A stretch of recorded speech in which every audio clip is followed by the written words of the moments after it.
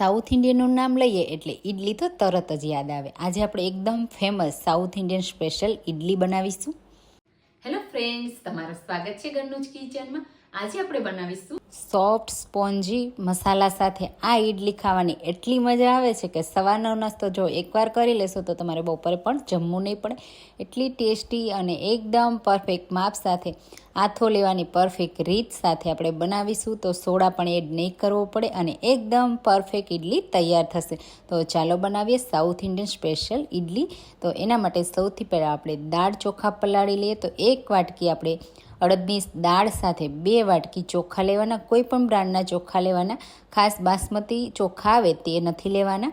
તો ખીચડીમાં યુઝ થાય એ ચોખા તમે લઈ શકો છો. પાણીથી સારી રીતે ધોઈ લેવાનું. મેં 3 વાર પાણીથી સરસ એવું ધોઈ લીધું. હવે દાળ ચોખા ડૂબે એટલું પાણી એડ કરી પલળવા દેશું. તો દાળ થોડી વધારે ફૂલી એટલે મેં મોટા વાસણમાં લઈ લીધી હતી. તમે જુઓ અહીંયા દાળ ચોખા એકદમ સરસ એવા પલળી ગયા છે.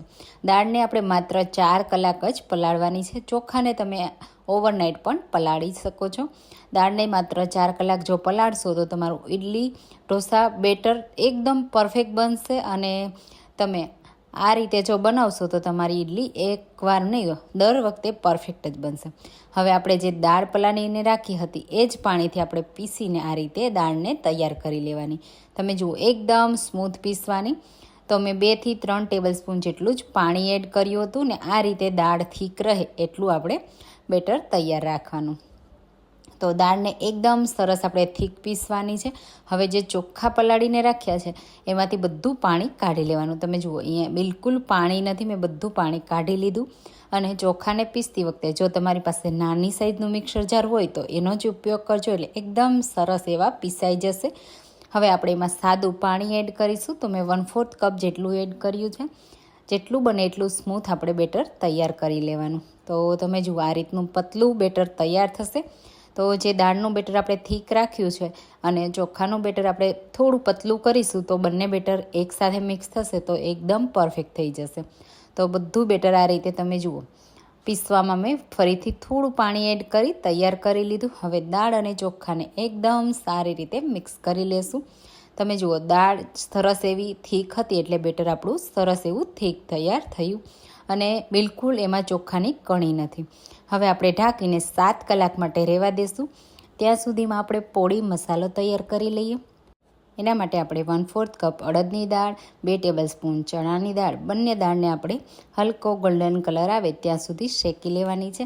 આ મસાલો તમે 1 વર્ષ સુધી સ્ટોર કરીને રાખશો, બિલકુલ ખરાબ નહીં થાય. જ્યારે પણ તમારે ઇડલી બનાવવી હોય અથવા તો તમારે કંઈ પણ નવું ટેસ્ટમાં જો તમારે ખાવું હોય તો આ મસાલો એકદમ ટેસ્ટી બને છે.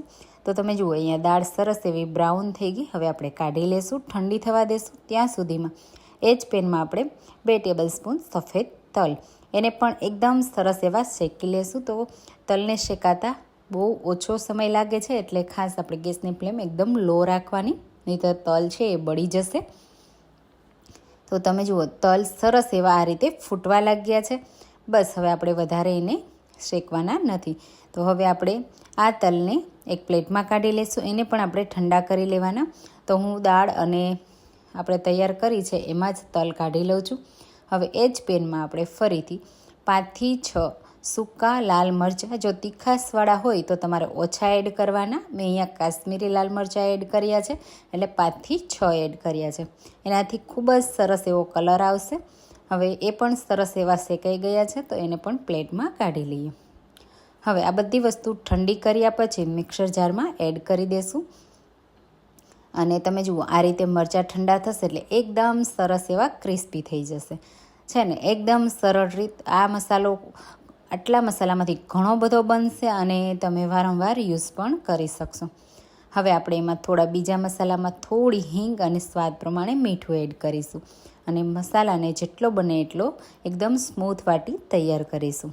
તો આપણો પોળી મસાલો બનીને તૈયાર થઈ ગયો. તમે જુઓ આ મસાલાને તમે એરટાઈટ બોટલમાં ભરી 1 વર્ષ સુધી રાખશો, બિલકુલ ખરાબ નહીં થાય. જ્યારે પણ ઇન્સ્ટન્ટ એમાંથી પોળી ઇડલી, થટ્ટે ઇડલી એવી ઘણી બધી વેરાયટીની તમે આ ડીશમાં બનાવી શકો છો. એમાંથી ઢોસા પણ બનાવી શકાય, એનો ઢોસાનો મસાલો પણ બનાવી શકાય. એ રેસીપી પણ મેં મારી ચેનલ પર પોસ્ટ કરી છે, જરૂરથી ચેક કરજો.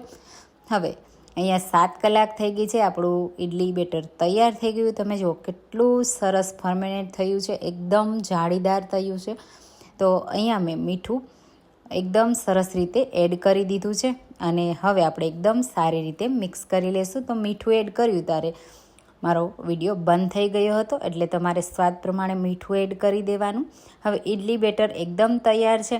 તો આપણે આ રીતે કોઈ પણ ઇડલી પ્લેટ લઈ લેશું. જો ઇડલી પ્લેટ ન હોય તો તમે થાળીમાં પણ બનાવી શકો છો. હવે આ રીતે તમે જુઓ બેટર છે એને આપણે 1 થી 2 ચમચી જેટલું બેટર એક સ્ટેન્ડમાં એડ કરવાનું. તો બહુ વધારે પડતું નહીં એડ કરવાનું. ઇડલી ફૂલશે એટલે બેટર છે એ બહાર આવશે. તો આ રીતે બધી પ્લેટને આપણે સરસ એવી ભરી લેવાની. એકસાથે તમે ઘણી બધી ઇડલી સ્ટીમ કરી શકો છો. માત્ર આપણે મીઠું જ એડ કરવાનું છે, સોડા કે કંઈ એડ કરવાની જરૂર નથી. જો તમે આ રીતે પરફેક્ટ બેટર બનાવશો તો તમારી ઇડલી પરફેક્ટ થશે. તો તમે મારી આ રેસીપી કઈ સિટીમાંથી જુઓ છો મને કમેન્ટમાં જલ્દીથી કહેજો, અને તમે આ રીતે ઇડલી બનાવો છો કે નહીં એ પણ જરૂરથી કહેજો. હવે આપણે સ્ટીમરમાં આ પ્લેટને રાખી દેશું અને એકદમ સરસ એવી સ્ટીમ થાય એટલે 15 મિનિટ માટે સ્ટીમ થવા દેશું.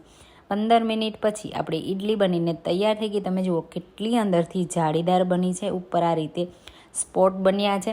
તો હવે આ પ્લેટને કાઢી લેશું અને હલકી ઠંડી થવા દેશું. પછી આપણે ઇડલીને ડિમોલ્ડ કરીશું. તો 5 મિનિટ મેં ઠંડી થવા દીધી. હવે આ રીતે કોઈ સ્પૂન લઈ લેવાની અને સ્પૂનની મદદથી તમે આ રીતે કાઢશો એટલે આસાનીથી ઇડલી ડિમોલ્ડ થઈ જશે. તો તમે જુઓ એકદમ પરફેક્ટ જાળીદાર સ્પોન્જી આપણી ઇડલી બનીને તૈયાર થઈ ગઈ ને.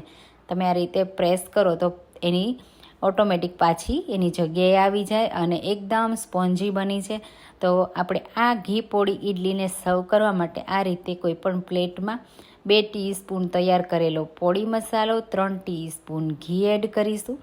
ઘી પોળી ઇડલી આ રીતે જો તમે સર્વ કરશો તો ખૂબ જ ટેસ્ટી લાગશે. આ રીતે હાથથી એકદમ સારી રીતે મિક્સ કરી લેવાની અને હવે ઇડલીને આપણે આ પોળી મસાલા સાથે એકદમ સારી રીતે કોટ કરી લેવાની. તો સવારના નાસ્તામાં ખૂબ જ હેલ્ધી ટેસ્ટી આ ઘી પોળી ઇડલી તમે આ રીતે બનાવશો તો વારંવાર ખાવાનું મન થઈ જશે. એટલી ટેસ્ટી બને છે અને તમારે ચટણીની પણ જરૂર નહીં પડે. અને જો તમે ક્યારે આ રીતે ઘી પોળી ઇડલી રેસીપી ટ્રાય ના કરી હોય તો આ રેસીપીને એકવાર તો જરૂરથી ટ્રાય કરજો. બધાની ફેવરિટ થઈ જવાની છે. તો નાના બાળકોથી લઈ મોટા બધાને ભાવે તેવી આ ઘી પોળી ઇડલીની રેસીપી તમને કેવી લાગી મને કમેન્ટમાં જરૂરથી જણાવજો.